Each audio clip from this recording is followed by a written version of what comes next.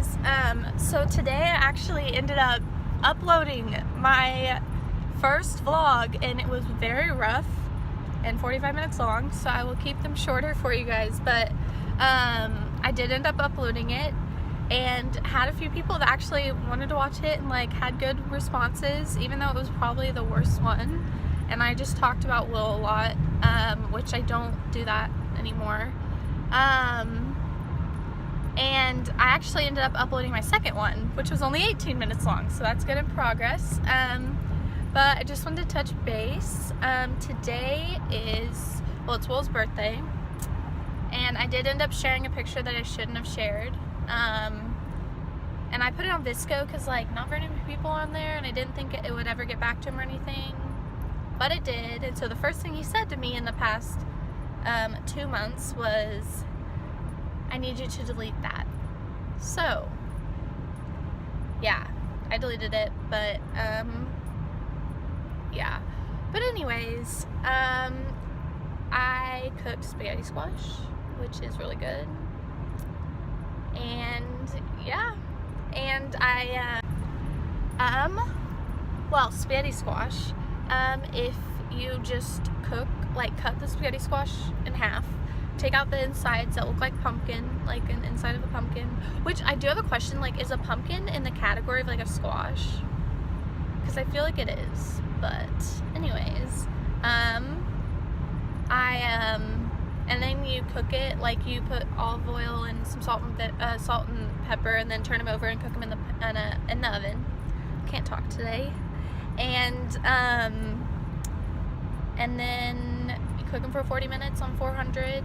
And then you take them out and you just use a fork and go like that in the middle of it when it's cool, and it literally turns into like spaghetti. Hence spaghetti squash. And then just mix it with whatever red sauce or whatever you want. So I did that, and Owen had a baseball, so Evan and Ava came over, my two youngest cousins. It's so funny, Evan's going to be in high school in 2 years, and he's like, so we have this really good basketball player, he's a sophomore at Heritage Hall. He's like Trae Young, but his name's Trey Alexander, but he's gonna be amazing. He has tons of offers, and it's just a sophomore. But Evan's like, I can't wait to be in high school and like I'll get to play him. I hope he stays at Heritage Hall. And I was like, or you come to Heritage Hall and get to play with him and not be dunked on by him. It was this long debate, but who knows. But yeah, so I'm going, it's actually the state tournament this weekend.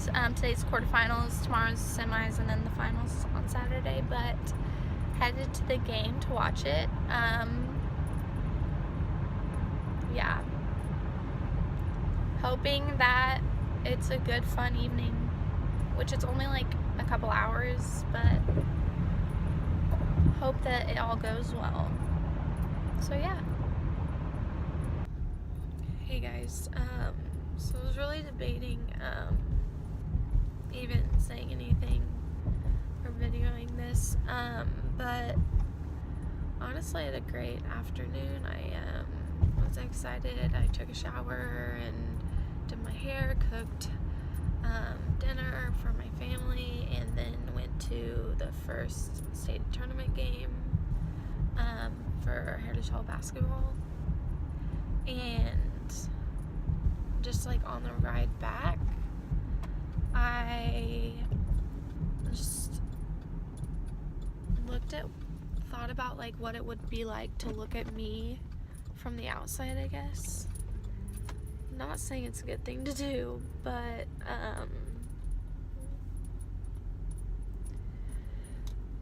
man, honestly, I think if someone were to look at my life, the only word I could put towards it is pathetic. I had amazing potential. Like I've said, was studied, put all my force into school. But I latched so tightly onto ideas and people and relationships and things that when it doesn't go that way, it's like it blows up in your face. I guess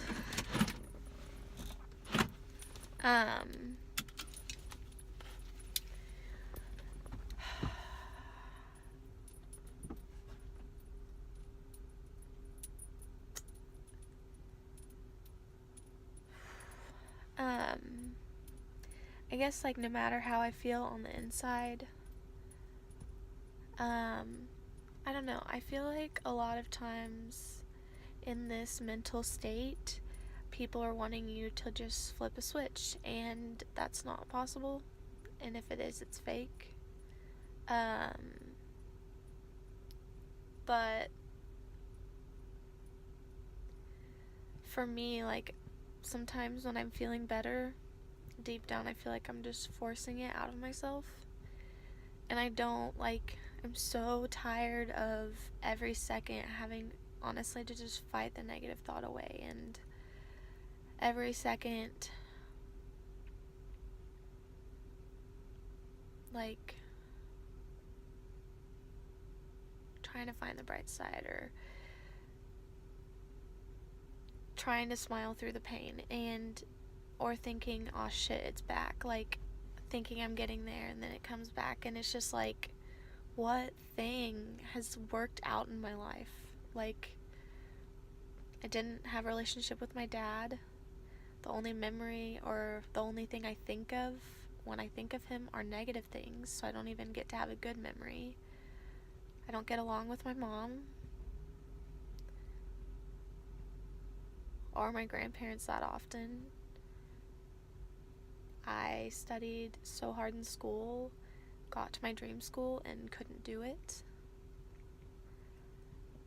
I thought that my first boyfriend would be the only person I was ever with.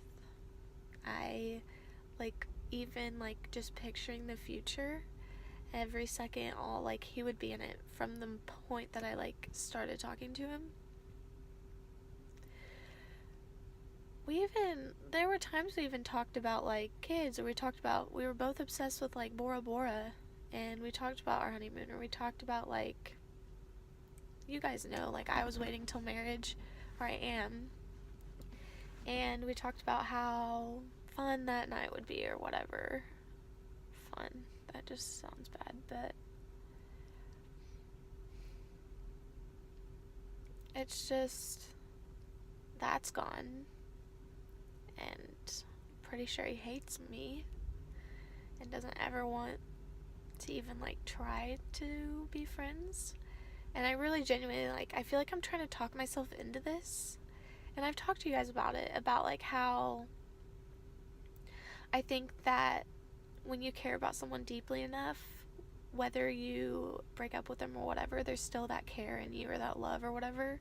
And, like, for me, like, no matter what he did, which he didn't really do anything, like, yeah, he mishandled things, but I always ruin everything, so I pushed him away. I was too controlling,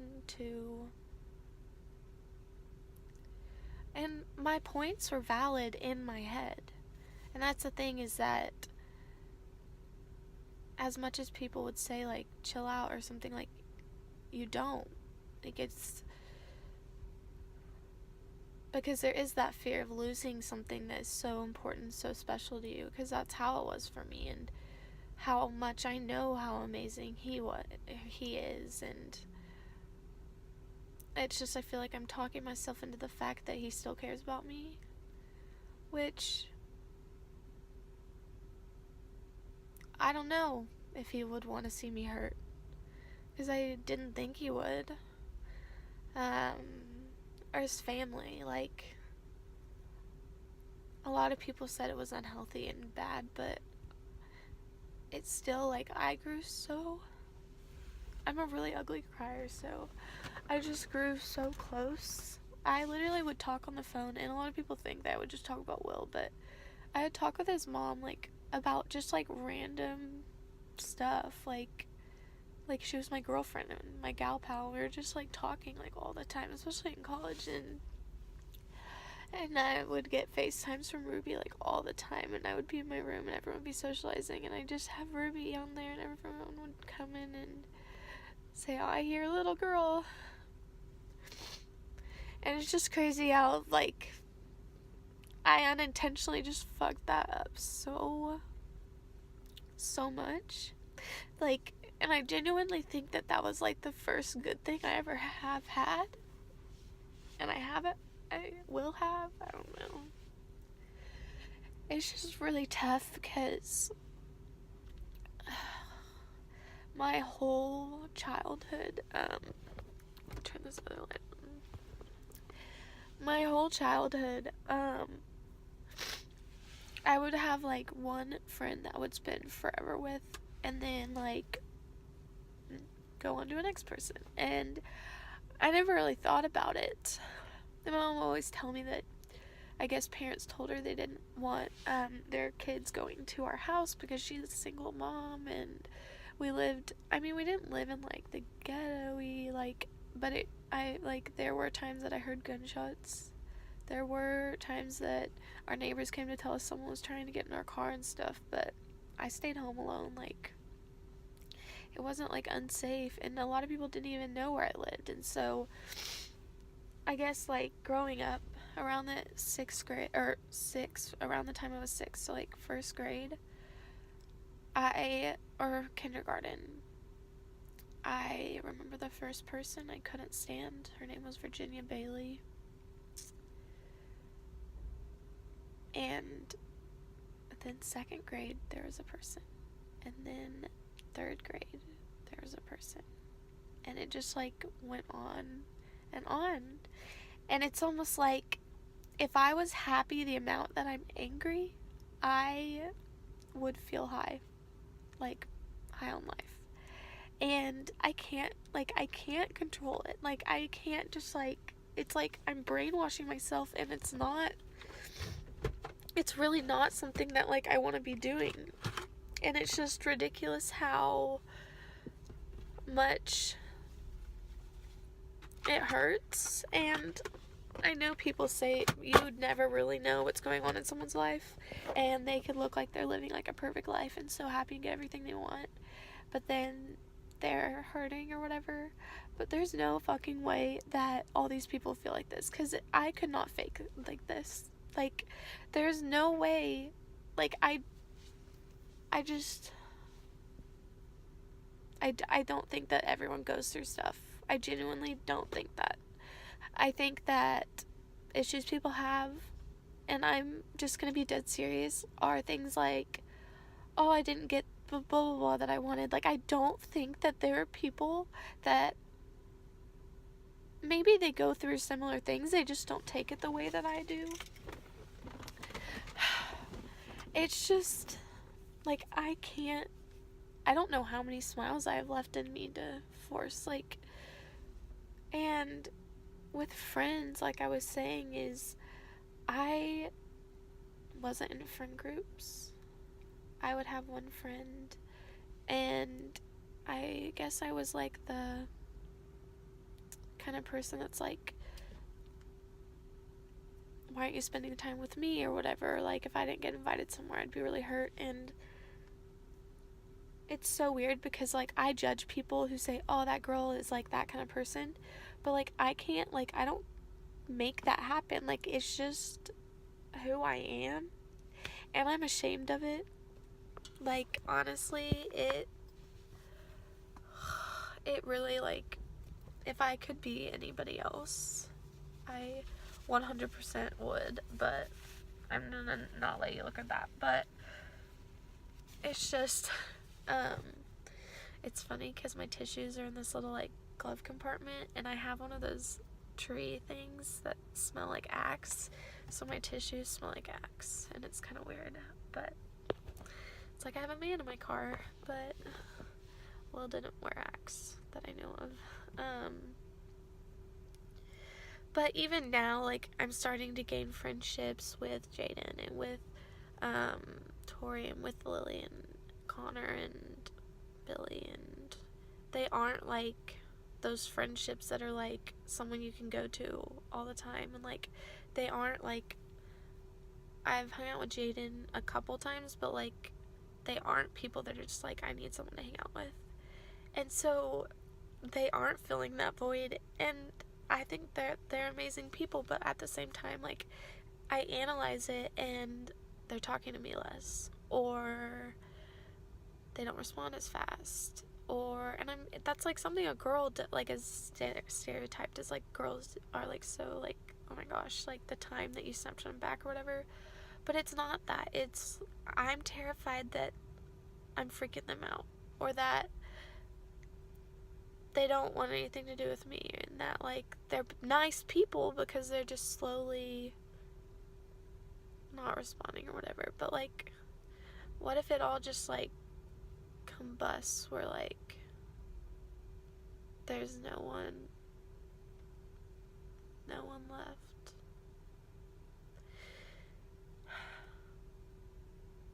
And I honestly, I am a very like do it myself person, but I don't think it's because I want to. I think it's because I never had someone to do anything with.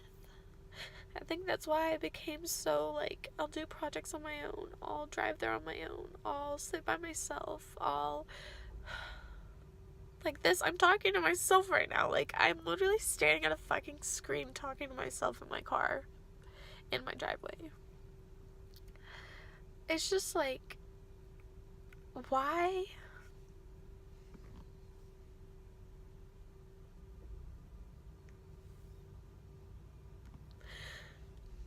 I really like this lighting because you can't see all my crying like stuff. But it's just like, no matter how hard I try, it's, I don't know what to like compare it to, but it's like, I feel like I'm really about to like really just be better, get better, and then it's like, psych bitch, you're back. Like, I just tweeted this, which I don't know why I tweet, if it's for attention or to share, I don't know. I know that, and this is very vulnerable for me to say, that I think the reason that it's so easy for me to just share what's going on with people is because I don't have that comfort and attention, and I think that I'm seeking that from people. And I mean, I'm glad that I'm not seeking attention by like hoeing it up or anything, but which Will did tell me that before we started dating, apparently he thought I was like a hoe or a slut, and I'm like, especially when we started dating, was the complete opposite. But I guess that just shows like, what do people think of you? I think terribly of myself, but I don't see anyone thinking better of me. And I guess there are people there that are like, are you okay? Like, they don't want, like,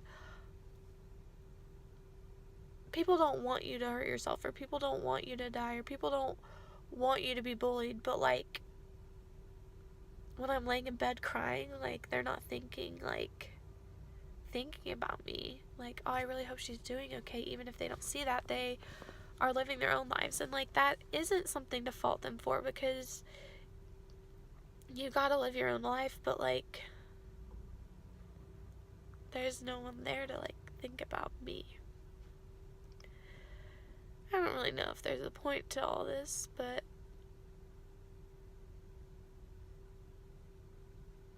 it's just so hard because I've done everything. I went to therapy, psychiatrist, inpatient, outpatient. I'm on medications. I've started working out more, and I've always been an athlete, but it's just been different without having the sport. And I've started socializing with people who are kind and treat me well, and I've started to just talk to more people, and even guys, to start talking to guys, and not like in a flirty way, but like moving forward, to be able to know that I can move forward from Will. And reading the Bible, praying, like, journaling, vlogging. Like, I feel like I've done everything. I eat healthy. I sleep a lot. Like, I feel like I've done everything they say to, like, get better. And I just feel like it's like this, like, I step on this rock and I'm like, oh my gosh, I'm going uphill, and then, like, I'm off of it. And it's just like,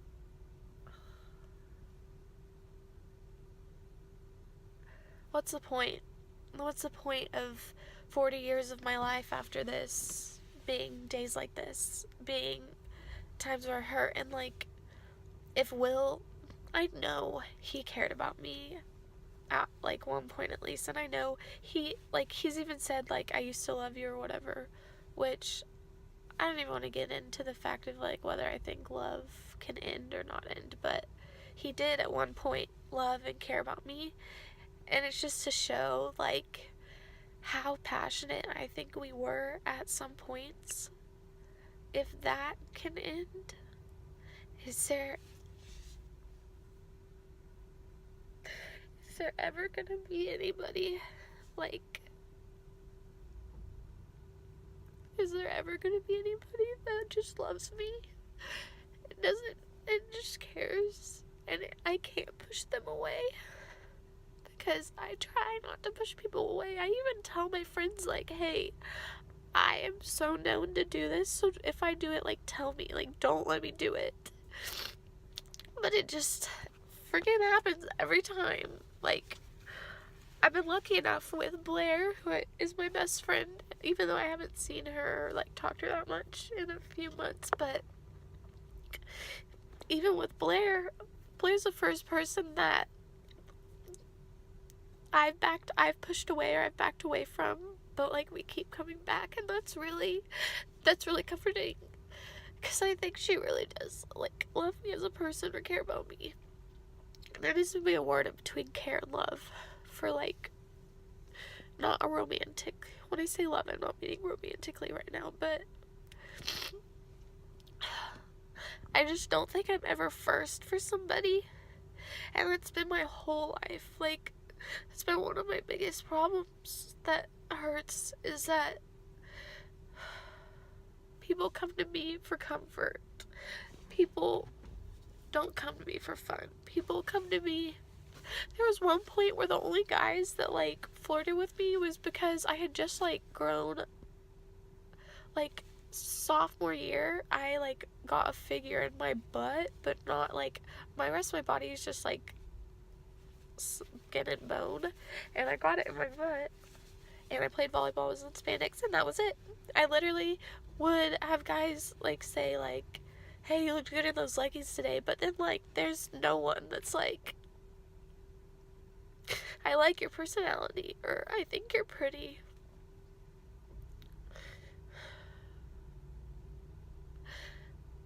I don't want to end up alone like my mom. I don't want to end up like my dad, taking his own life.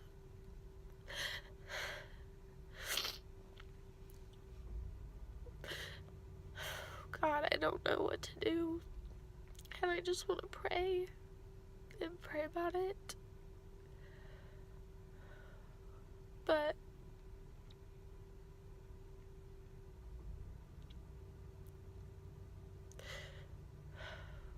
your prayers, when they're answered, they're not answered the way you want them to be. They're answered the way that God is going to answer them. And so, what's the point of praying about this if he's not gonna do, like, change it? Like, I literally feel, there's so many days that I feel like God's whooping cushion, or, like, he needs to take it out on somebody.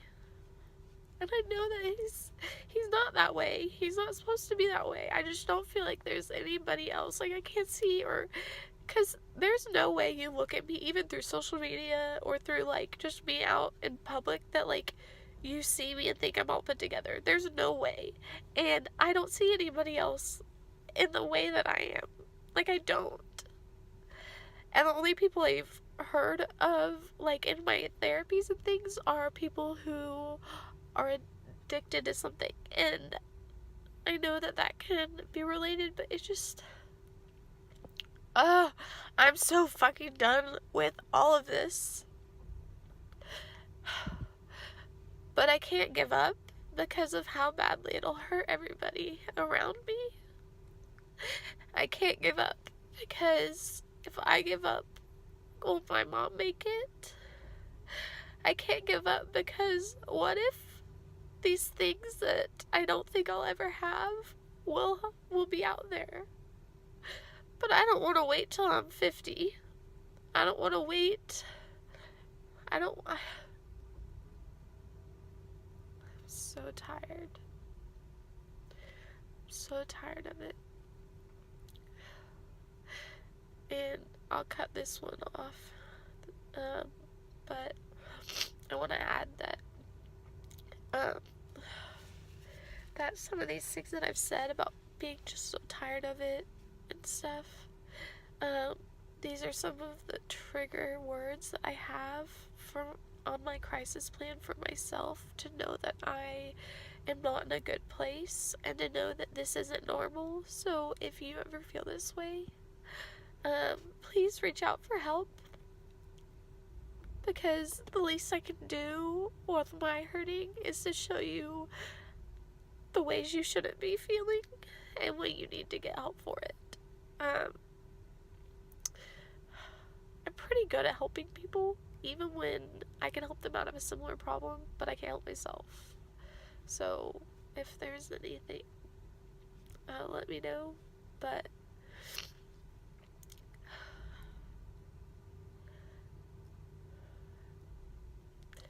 okay, gotta clean up before I go inside. I don't want to be interrogated by my family, but thank you guys for listening.